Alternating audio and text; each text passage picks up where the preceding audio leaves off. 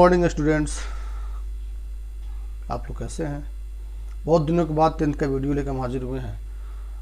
चूँकि इधर 9th class regular चल रहा था और आप सब जानते हैं कोविड का प्रकोप चल रहा है। कोविड सबको परेशान किए हुए, लॉकडाउन लगा हुआ है, तो उसका आप लोग भी ख्याल करें, घरों पे रहें और जो उसका प्रोटोकॉल है उसका ख्याल करें। दूरी बना के रखें, मास्क हमेशा डाले रखें, हाथों को बार बार सैनिटाइज करें, साबुन या हैंड वॉश से धोते रहें ताकि हम इससे बच सकें। तो चलिए, और अब निरंतर क्लास मिलेगा आप लोगों को भी, क्लास 10th को भी रेगुलर मिलेगा। बस आपका सपोर्ट चाहिए। जो चीज़ें अच्छी लगें उसको कमेंट करें, जो सवाल लगता है कि हाँ ये और पूछना है तो कमेंट में आप डालें, कमेंट करें, मैं जवाब देने का प्रयास करूँगा। और सबसे पहले अगर आप नए आए हैं इस चैनल पे तो चैनल को सब्सक्राइब करें ताकि जो, और बेल आइकन को भी दबा लें ताकि जो वीडियो डाला जाए वो फर्स्ट में आपको मिले। आइए बात करते हैं एपी के संदर्भ में। समांतर श्रेणी, जिसको हम कहते हैं अर्थमेटिक प्रोग्रेशन, जो हमारे बुक में अध्याय 5 में दिया हुआ है। अध्याय 5 के क्वेश्चन चैप्टर है क्या होता है समांतर श्रेणी, इसको हम समझते हैं। सबसे पहले इसमें एक शब्द लगा हुआ है समांतर। इसको दो भागों में बांटे हम तो कह सकते हैं समान अंतर, मतलब समान अंतर पर श्रेणी बनना। ये बहुत महत्वपूर्ण चैप्टर है। एक तो एग्जामिनेशन के दृष्टिकोण से आप कहिए मैट्रिक एग्जाम में, लेकिन ये कम्पिटिटिव एग्जाम के दृष्टिकोण से भी बहुत महत्वपूर्ण है। एपी को आप आगे जीपी वगैरह भी पढ़ना हम लोगों को 11th वगैरह में जा करके, लेकिन सभी कम्पिटिटिव एग्जाम में एपी से सवाल पूछे जाते हैं, तकरीबन सभी में ये सिलेबस में रहता है। तो समांतर में दो शब्द हम मान सकते हैं, समान और अंतर। यानी समान अंतर पे अगर अंकों का श्रेणी बनता है तो उसी को हम समांतर श्रेणी कहते हैं। एग्जाम्पल आप देखिए, अगर हम एक लेते हैं 3, 5, 7, 9, 11 ... तो हम देख रहे हैं कि ये पहला तुम्हारा 3 है, 3, उसके बाद 5, उसके बाद 7। तो ये दो जो क्रमांगत है, लगातार जो दो हैं, इनका अंतर क्या है? यानी बाद वाले में से ठीक पहले वाले घटाते हैं तो इन दोनों का अंतर 2 आता है। फिर हम बात करें इन दोनों का अंतर क्या है, तो 7 में से 5 घटाते हैं तो 2 आता है। फिर इन दोनों का अंतर क्या है, तो 9 में 7 घटाते हैं 2 आता है। इन दोनों का अंतर क्या है, 11 में से 9 घटाते हैं तो 2 आता है। यानी इनका अंतर समान है, ये समानांतर है। तो ऐसे श्रेणी को हम कहेंगे समांतर श्रेणी। यानी हम कह सकते ये सूची, अंकों की एक सूची है, संख्याओं की एक सूची है। तो संख्याओं की एक ऐसी सूची जिनमें अगले पद को ठीक उससे पहले वाले पद से घटाया जाए और ये सभी में तो उनका अंतर बराबर हो, तब कहेंगे कि ये समांतर श्रेणी है। यानी ये समांतर श्रेणी के अंतर्गत आते हैं। अंतर हमारा ऋणात्मक भी हो सकता है, अंतर हमारा शून्य भी हो सकता है, अंतर हमारा प्लस में भी हो सकता है, लेकिन शर्त है कि अंतर बराबर हो। फिर मैं एग्जांपल आपको देता हूं, जैसे एक और एग्जांपल 2, ये बड़ा एग्जांपल लेते हैं, 12, 9, 6, 3 ... अब हम 9 में से 12 को घटाते हैं तो 9 - 12 क्या आएगा, -3। 6 में से 9 घटाते हैं तब भी -3। 3 में से 6 घटाते हैं तब भी -3। यानी यहाँ अंतर, यहाँ भी जो अंतर आ रहे हैं वो तो माइनस में आ रहा है, परंतु सभी का माइनस में आ रहा है, सभी का अंतर -3, -3, -3। यानी हम इस श्रेणी को भी कहेंगे कि समांतर श्रेणी है। बात तो उम्मीद है कि समझ गए होंगे।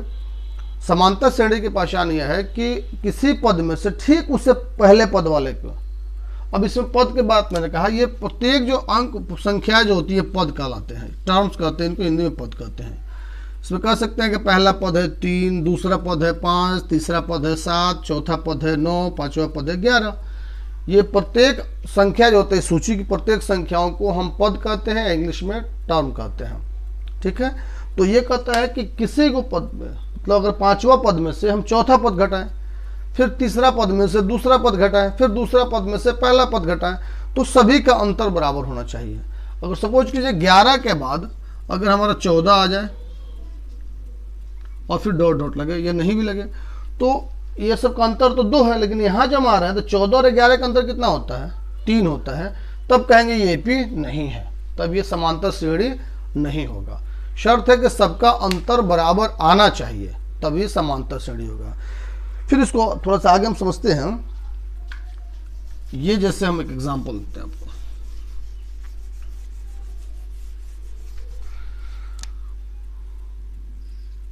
बीस, 25, 30, 35, 40, 45। ठीक है, सबसे पहले देखिए ऐसे ही हम इसका डिफाइन कर सकते हैं कि अगर किसी पद में समान संख्याओं को लगातार जोड़ा जाए, जैसे पहला है 20, 5 जोड़ा गया है, फिर जो आया फिर उसमें 5 जोड़ा गया है, फिर उसमें 5 जोड़ा गया है, फिर उसमें 5 जोड़ा गया है, फिर उसमें 5 जोड़ा गया है, तो ये एक ही अंक को बार बार अगर हम जोड़ते हैं तब एपी बनता है। किसी भी संख्या में अगर एक ही संख्या को बार बार जोड़ते हैं तब जाके हमारा एपी बनता है। ठीक है ना, जब एक ही संख्या को बार बार जोड़ेंगे तो अंतर तो बराबर ही आएगा। जैसे इसमें हम 5 जोड़ते जा रहे हैं, पहला इसमें 5 जोड़े हैं, 25 आए, फिर इसमें 5 जोड़े हैं, 30 आए, फिर इसमें 5 जोड़े हैं, 35 आए, फिर इसमें 5 जोड़े हैं, 40 आए, फिर इसमें 5 जोड़े हैं, 45 आया। ठीक है, तो ये एपी है। अब इसमें और देखते हैं, प्रत्येक, अभी हमने बताया कि प्रत्येक को हम पद कहते हैं, प्रत्येक को क्या कहते हैं, पद कहते हैं। और इसे सूत्र वगैरह में अप्लाई करने के लिए हम ए से सूचित करते हैं, कहीं कहीं टी से भी सूचित किया जाता है। इसको हम पहला पद है तो इसको कहते हैं A1, दूसरा पद है तो कहते हैं A2, तीसरा पद है तो कहते हैं A3, चौथा पद है तो A4, पांचवा पद है तो A5, छठा पद है तो A6। ठीक है, A1 को हम कहीं कहीं सिर्फ A लिख के काम चला लेते हैं, ध्यान रखिएगा। अगर सिर्फ A लिखा है जस्ट दैट मीन्स वो पहला पद है, मतलब A1 की जगह पर हम सिर्फ A लिख के भी काम चलाते हैं। पहला पद A का मतलब हो गया पहला पद, A2 दूसरा पद, A3 तीसरा पद, A4 चौथा पद, A5 पांचवा पद। इसमें 2-3 चीजें होती हैं। जैसे इसको मैं घेर रहा हूं, 35 चौथा पद का मान 35 है। 35 के बारे में पूछा जाए कि 35 कौवा पद है तो 35 चौथा पद है। एक तो हो गया पदों का क्रम और दूसरा हो गया उस क्रम में पद का वैल्यू। तो अगर अब कहें तो हम कह सकते हैं कि A4 बराबर है 35, तो A चौथा पद है, तो पदों का क्रम को हम n कहते हैं, मतलब कौवा पद है जैसे उसी को हम n से सूचित करते हैं। समझ रहे हैं ना, तो हम सूत्र में अप्लाई करने के लिए n रखते हैं और वहां पर वो नंबर ऑफ पदों का क्रम संख्या रखते हैं। अब आप एक चीज बताइए, इन दोनों का जो अंतर होता है जो बराबर होता है, जैसे कि 20 और 5 का अंतर 5, 25 और 20 का अंतर, इसका अंतर 5, सबका अंतर 5-5 आ रहा है। जब सभी अंतर बराबर होते हैं ना तब वो एपी होता है, और उस अंतर को हम कहते हैं सारवंतर। यानी इस एपी का जो सारवंतर होगा, सबका अंतर 5-5 है, तो सारवंतर जो होगा, सारवंतर या एक में लिखेंगे तो सारवंतर लिखते हैं, सारवंतर हो जाएगा 5। इसको हम कॉमन डिफरेंस कहते हैं, CD हो जाएगा 5। लेकिन आगे चल के सिर्फ डी से भी हम काम चला लेते हैं, डी हो जाएगा 5। सारवंतर क्या होता है, यानी कॉमन डिफरेंस या डिफरेंस, पदों का जो अंतर होता है, अगर सभी अंतर बराबर होता है तभी हम कहते हैं कि ये पद, ये जो श्रेणी है ये एपी में है, ये एपी का श्रेणी है। और उस अंतर को हम कहते हैं सारवंतर, यानी उसको सूचित करते हैं हम CD लिखते हैं या डी से भी सूचित करते हैं। तो इसमें 2-3 टाइप, एक तो आपको आ गया ए का मतलब हो गया पहला पद, ए का मतलब हो गया पहला पद, ठीक है। एक हो गया डी का मतलब हो गया सारवंतर, सार अंतर। अब पद बनते कैसे इसमें, अगर पहला पद और डी आपको पता है, जैसे मान लीजिए इसी में ऊपर वाले जो एग्जांपल दिए हैं इसी में हम देखते हैं। पहला पद 20 है, पहला पद क्या है, यानी ए बराबर है 20, इसमें सारवंतर क्या हो रहा है, 5 का अंतर आ रहा है, यानी डी बराबर है 5। तो पहला पद हम लिखते हैं, उसके बाद क्या करते हैं, 20 में हम 5 जोड़ते हैं तब दूसरा पद बनता है। फिर उसके बाद क्या करते हैं, जो आया यानी 20 + 5 + 5 तब तीसरा पद बनता है। यानी ये हो गया 20, ये हो गया 25, ये हो गया 30। यानी पहला पद होता है ए, दूसरा पद होता है ए + डी जोड़े है ना, और यहाँ 2 को डी जोड़े हम, तो तीसरा पद हो जाएगा a + 2d। तीसरा पद क्या हो जाएगा, a + 2d। उसके बाद अगर हमको चौथा पद निकालना होगा तो करते 20 + ये 3 बार जोड़ते, 3 बार जोड़ते ना, 20 + 5 + 5 + 5, यानी तीसरा पद हो जाता है a + 3 को डी जोड़े 3d, तीसरा नंबर का चौथा पद। ठीक है, यानी पहला पद a, दूसरा पद निकलता है a प्लस डी, तीसरा पद निकलता है a प्लस 2d, चौथा पद होता है a प्लस 3d। एक चीज आप महसूस कर रहे होंगे, जौवा पद हम कह रहे हैं ना उससे एक कम करके डी को घटाया जा रहा है।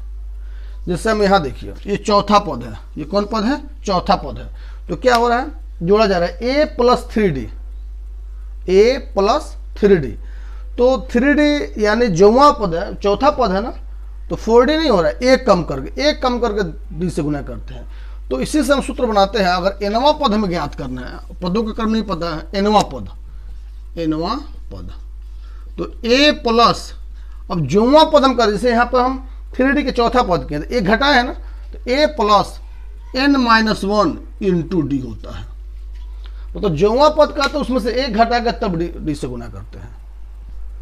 जैसे अगर हमको दूसरा पद है, ये कौन पद है, तीसरा पद है, ये पहला पद, दूसरा पद, ये तीसरा पद क्या है, a प्लस 2d, तो तीसरा 3 में से एक घटा है, तब तो उसमें क्या किया है, a रखे हैं, और तीसरा पद है तो 3 में से एक घटाया है, 2 आया है, और 2 में d से गुना किए हैं। इसी से हमारा सूत्र बनता है कि जौवा, n के बाद जौवा पद का है, 3, 4, 5 जो भी रखें वो हमको याद करना है, तो a प्लस उसमें से एक घटा के तब डी से गुना करते हैं। तो ये आप सूत्र रखिए, nवां पद जो हमारा सूत्र होता है, nवां पद का सूत्र क्या होता है, nवां पद बराबर होता है a plus n-1 into D. हम nवां पद को an भी लिखते हैं, ऐसे भी संकेत में a plus n-1 into D. इस सूत्र का अप्लाई करके हम अगर पहला पद दिया हो, d दिया हो, तो हम जौन पद का है उस पद को डायरेक्ट निकाल सकते हैं। ठीक है, फिर आगे हम लोग देखते हैं।